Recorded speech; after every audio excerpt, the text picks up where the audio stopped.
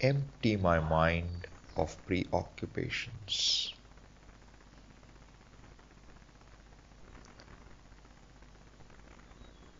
Things occupy my mind because either I want to ensure certain conditions in life which are yet to unfold, or I resist what has already gone by. In my understanding that everything in the world works in keeping with the laws, the infallible laws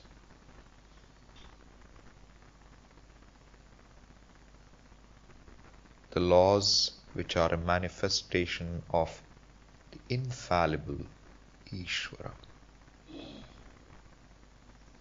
Means, when I want something to be different, it is my thinking that something is not in order.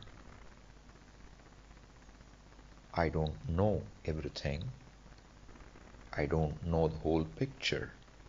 And therefore, I want something to be different. With the understanding of Ishvara as the order, the Agnya that prevails, pervades everything, I now allow the world, at least for the time being, to be what it is. The world is not the whole world. I don't resist the sky, the stars, the sun, the oceans, the rivers. I only have to allow freedom to that which I currently deny. People, significant others in your life, for whom we generally have an agenda, bring them to your mind and prayerfully allow them to be what they are. Pray for them. If you love them, pray for them. Retain your love, your care. Just drop the demands that you have for them. If you find it hard to do so, pray to Bhagavan to help you let them be. This action will bring about a difference. Prayer is an action, not a technique.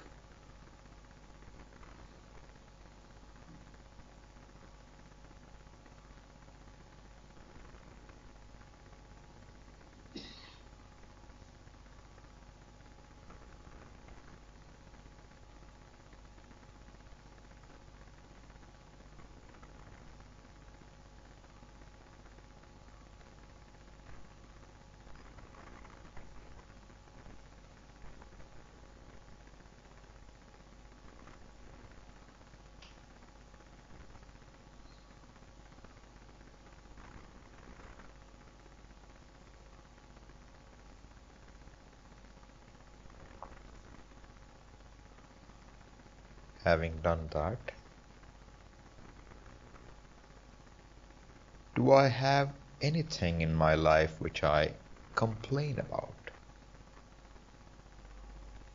which I regret, which I feel hurt about and recall the hurt? Are there people, situations I blame for my predicaments, past or present? If I do, help me, O Lord, to accept my own past.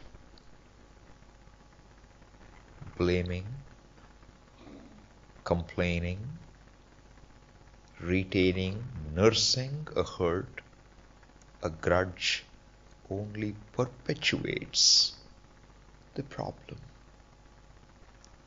The more I blame, the more my mind gets disturbed. And until I blame others, situations for the way I feel, I never understand that the problem is not centered on them. The problem is not the person. The problem is not their behavior. The problem is my demand for a particular behavior, a particular way of relating. They cannot solve my problem. With a mind which is fickle, my demands change. No one can comply with all my demands. I let go my complaining attitude. I let go my past. If I let go my past, I become free. Otherwise, the past continues to hold and strangle me.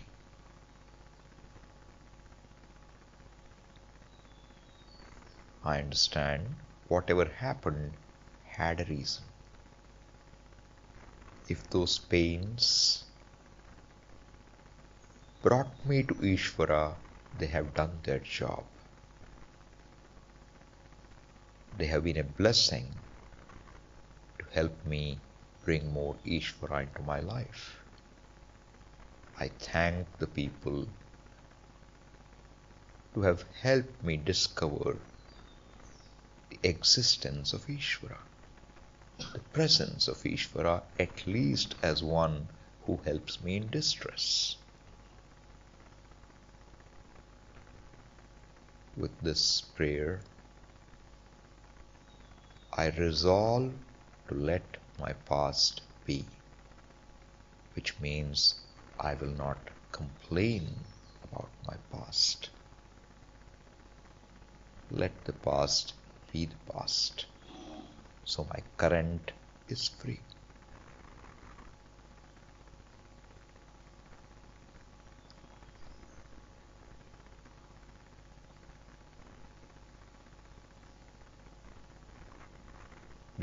Become objective with reference to your own body,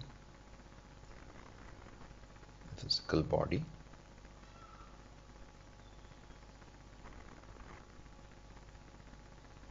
By visualizing it part by part.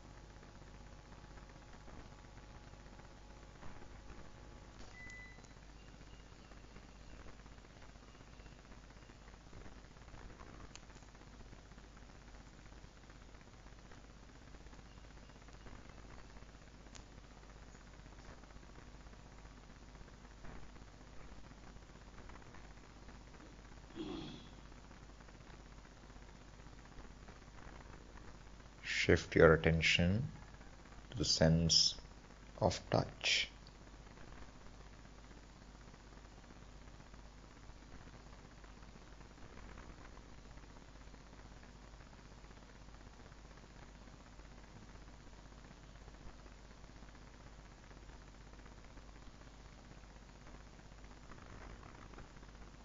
Observe the breathing.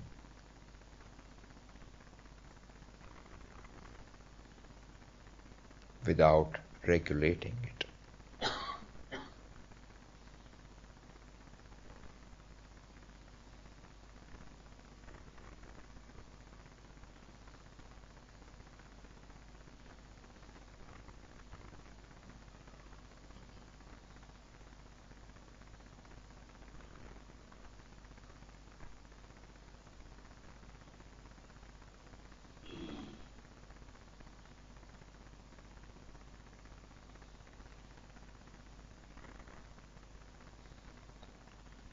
For some people, this much alone is meditation.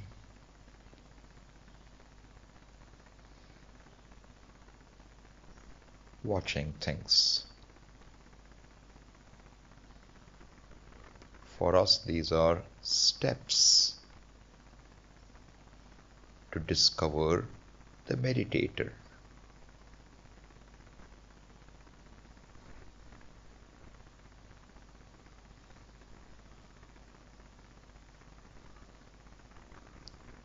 Whatever step helps you relax, you can take more time for those steps when you do it by yourself.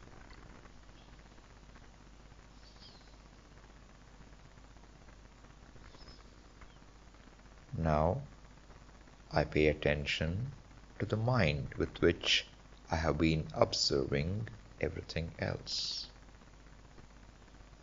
without any attempt to control the mind. Allowing the mind to be whatever it is.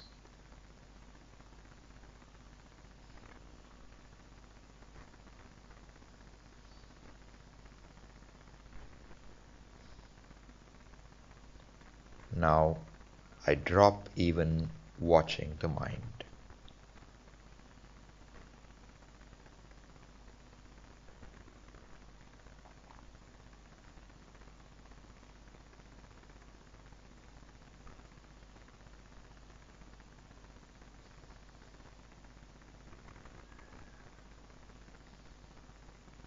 Sounds may be heard, thoughts may arise. I don't associate, identify with any of them. I don't resent them. I don't quote them. I don't go after them.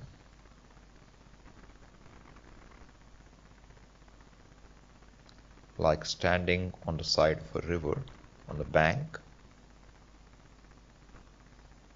and just being aware of the flow, not joining the flow.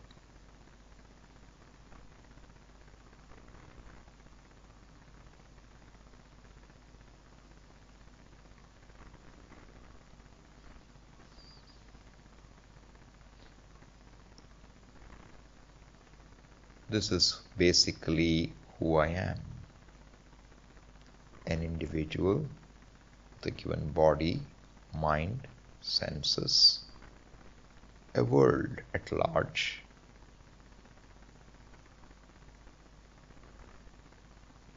all of which are the knowledge of Ishvara, manifesting as this body, senses, mind, and the objects of these senses, which are objectified by these senses. All of this is Ishvara. If I am an individual, I am inseparably connected with Ishvara at every level: physical, physiological, biological, psychological, karmic. At every level, the individual, his actions, his attitudes, his connection with his karma is all totally pervaded by Ishvara. My thought, my emotions can never be away from the order that governs them. A physical body is not away from the physical order that governs it.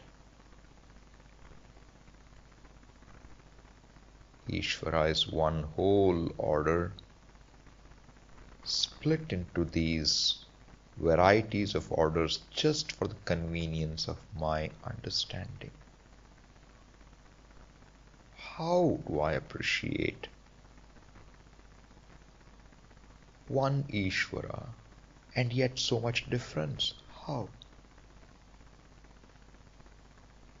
visualize a dream.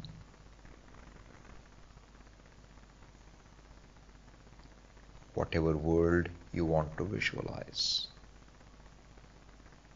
with space, time, sun, trees, fields, houses, people.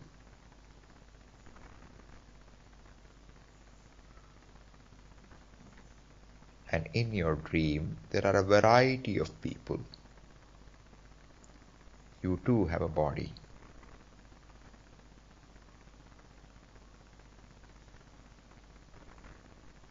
And in the dream, someone wants to know, where did this world come from? Someone says, the world came from nothing. Someone else says, the world came from God who is in heaven.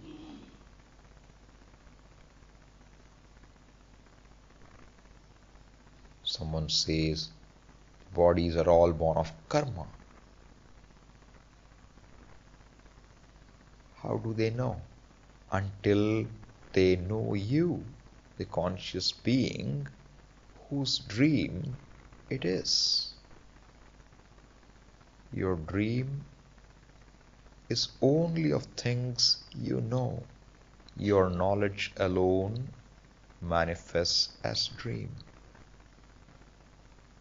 The landscape in your dream is your knowledge. The trees, the plants in your dream, with every detail that you see in your dream, the shape of the leaves, the color of the leaves, the color of flowers, the fruit, their taste, the sounds in your world, dream world, the instruments that produce sound like a guitar or a flute, their sounds, the responses of people to the world, their emotions, sorrow, frustration, dejection, exultation, joy, loneliness, curiosity, knowledge, ignorance, excitement, sense of failure. All these are happening in the minds of the people in your dream. Is there any of these emotions, any of these thoughts outside your knowledge? There's a professor and there are students. The knowledge of the professor is much more than the knowledge of the students. The knowledge of the professor is that not your knowledge, the dreamer's knowledge. Is the ignorance of the people not also governed by your knowledge? Is there anything in your dream outside your knowledge? Within the dream, I am a person, a conscious being. So are other people. So are the animals, living beings. Is my dream me, my dream consciousness, is it away from the consciousness that is the dreamer's consciousness? Is the knowledge of the dreamer, which is the whole dream world, whether it's sentient or insentient, mountain or a goat on the mountain, is it away from your knowledge, the dreamer's knowledge? is your knowledge away from consciousness? Is there anything away from consciousness? The whole dream, is it not you? One consciousness, unconscious being, you, all-knowing with respect to the dream. Understand what is all-knowing. Everything in the dream is based on the laws of your dream world, which is your knowledge. One conscious being, yet many people with different knowledge. Ignorance, more knowledge, less knowledge, all possible. See the possibility. Yet what is one conscious being, all knowing, with reference to the dream. Now drop the dream. This universe is the knowledge of one conscious being, all knowing. And to that Ishvara I say Namaha. What is there to resist? It's just the same conscious being. The consciousness of Ishvara cannot be away from the consciousness of each individual.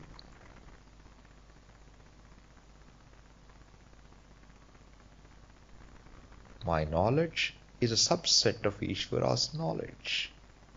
My Shakti, my capacities are a subset of Ishvara's Shakti.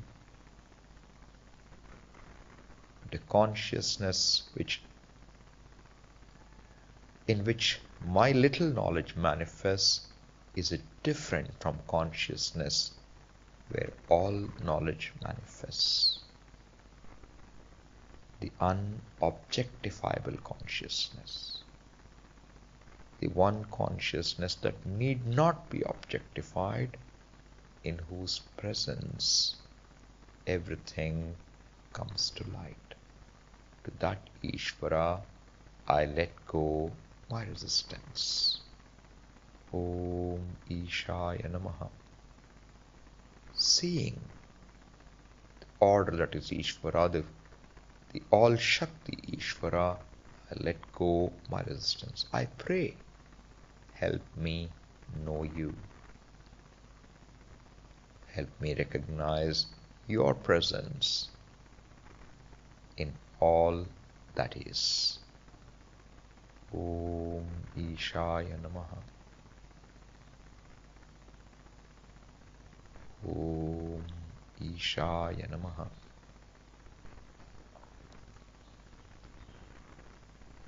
Prayerfully chant with the mind.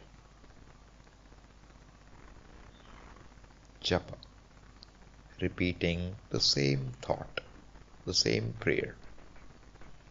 And if the mind moves away, bring back the mind.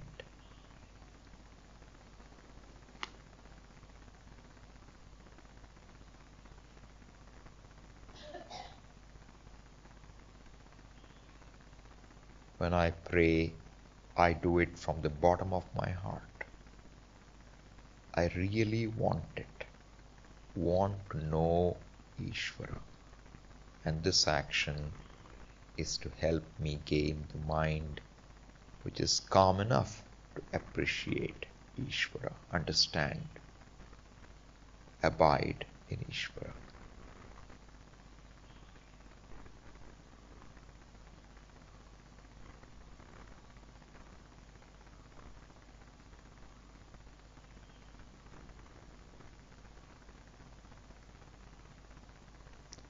If you're feeling sleepy, raise your neck. Straighten your back. Deep breathing may help.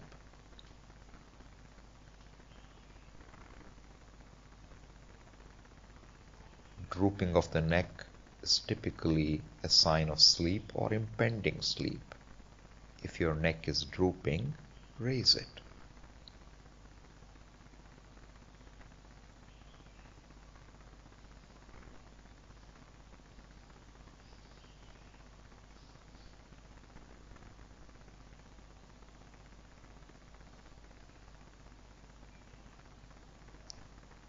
Om Ishaya Namaha.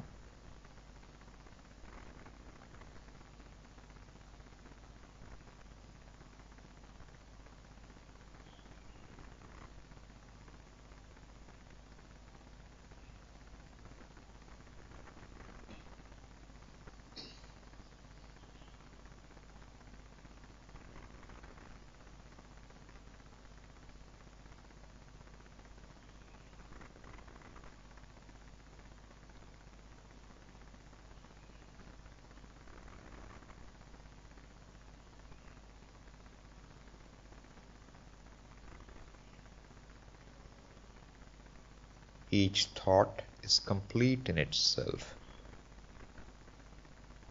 There's an interval after each thought, and then you deliberately chant again with your free will.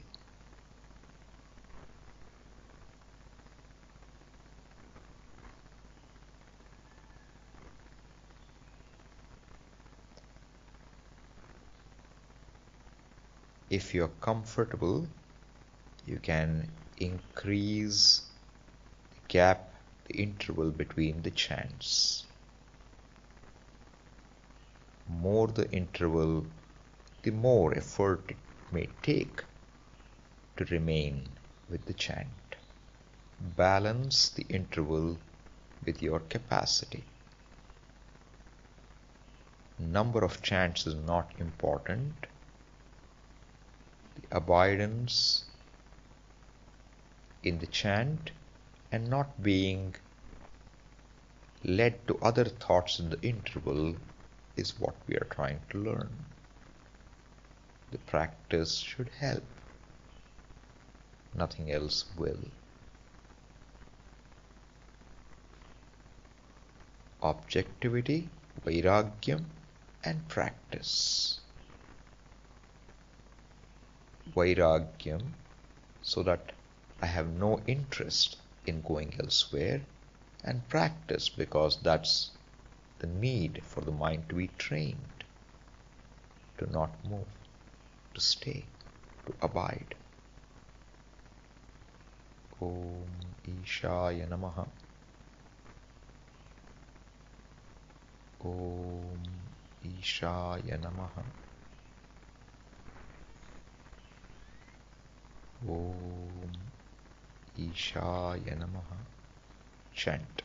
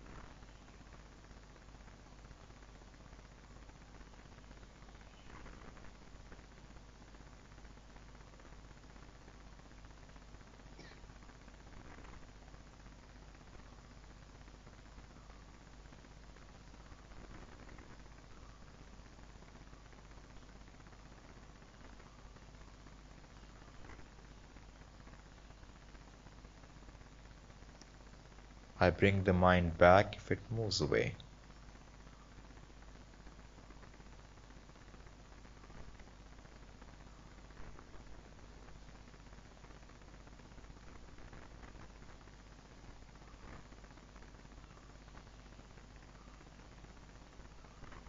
Stop chanting.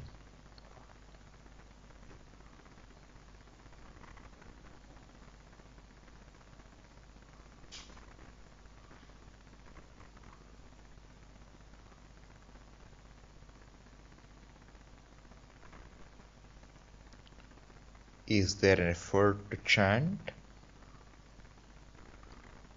Or is there an effort to not chant?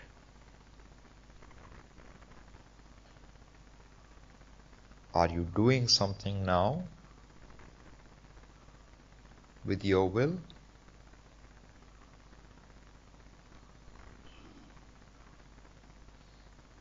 Do you need your will to be?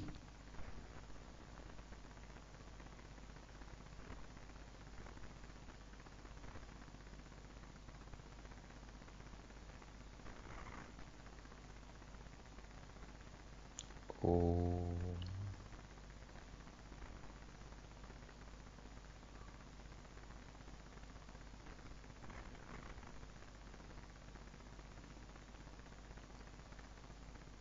Anything that comes up in your mind is an object.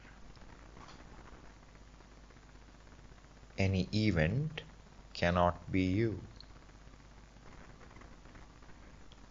Event is that which happens in time. Can you ever objectify yourself?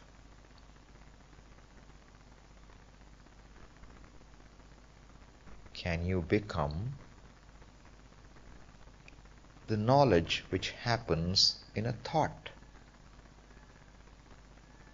Like peacock. When I say peacock, a peacock vritti, a thought, comes to your mind. Crow replaces the peacock. Wild boar replaces the crow. Ant, tiny ant, replaces the wild boar. Huge mountain replaces the tiny ant. One thought, in a way, is a destruction of another thought, in a way.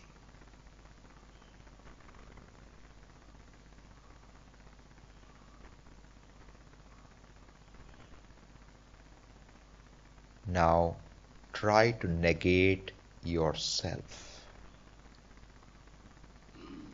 Try to negate yourself. Negate whatever you can.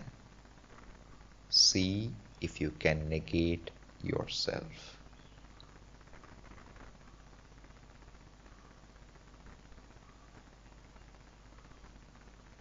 Whatever comes and goes is subject to coming and going. Negating, I mean just seeing that it is not right now. Whatever is not in all periods of time is not the absolute reality. Thought, object of thought, they both come and go. Do you come and go?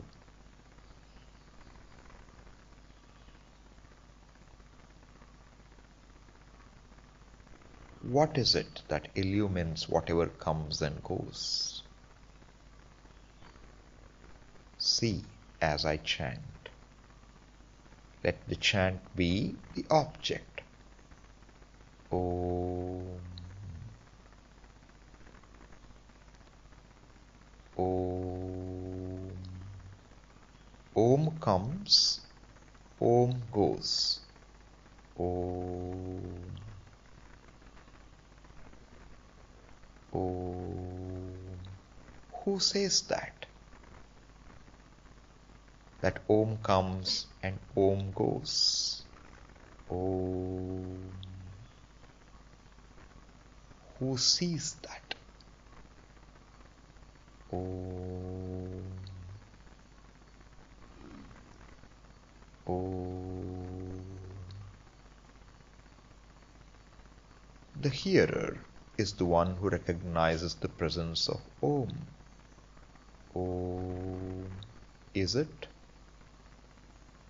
What happens after the hearing? Where is the hearer? Om.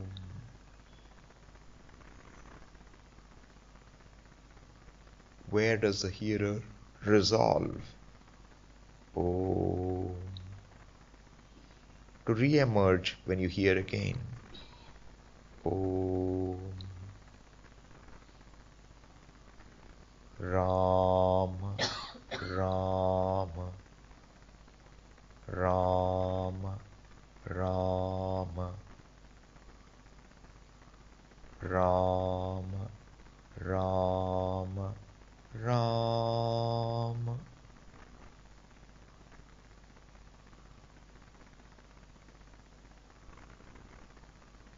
Can you find a location where the hearer hides? Each word heard is knowledge happening. You are a knower of what is being heard. Ram, Ram, Ram, Ram, Ram. Where does the knower go when there is nothing to know? Ram, Ram,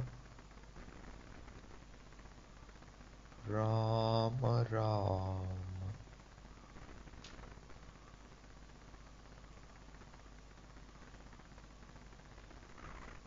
Ram, Ram, Ram.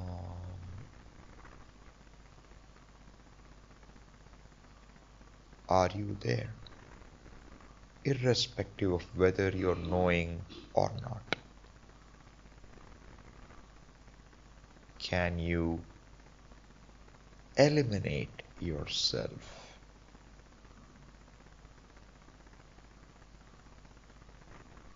Or would you just be aware of your efforts to eliminate yourself? Check.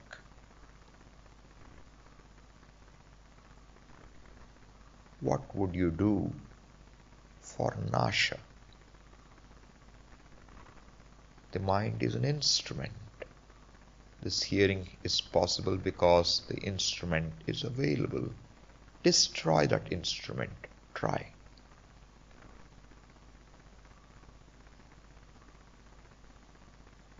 Where is the instrument when it is not apparent to you? Because there is nothing to be done, nothing to hear.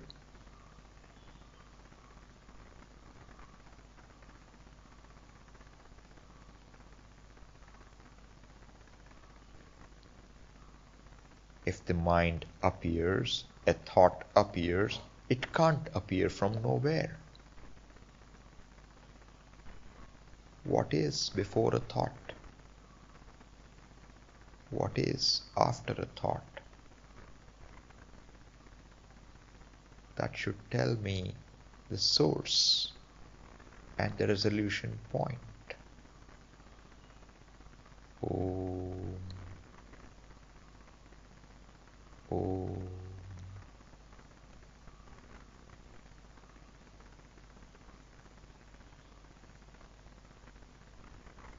See where it resolves, and see that it is not the experience of resolution, it is the understanding of where it resolves. Just be without attempting to do anything now.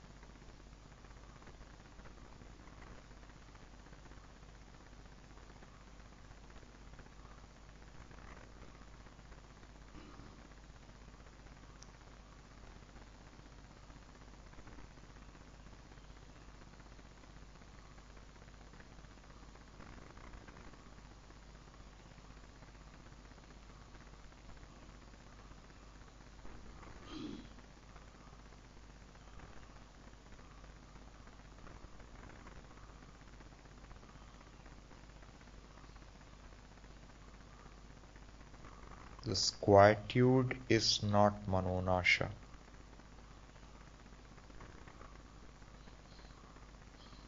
The truth of this quietude is the quietude is not away from its truth, which is unnegatable.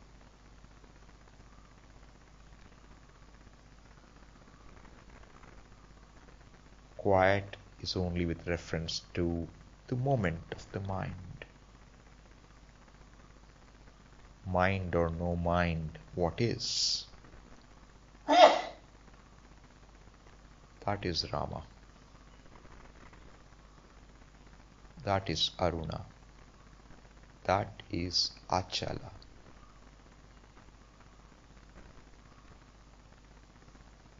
Om.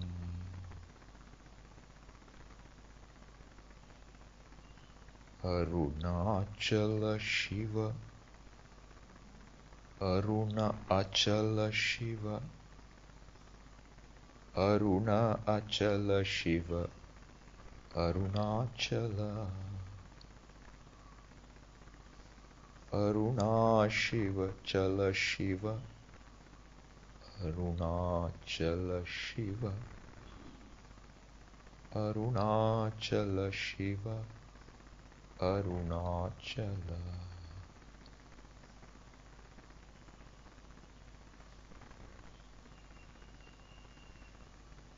Om.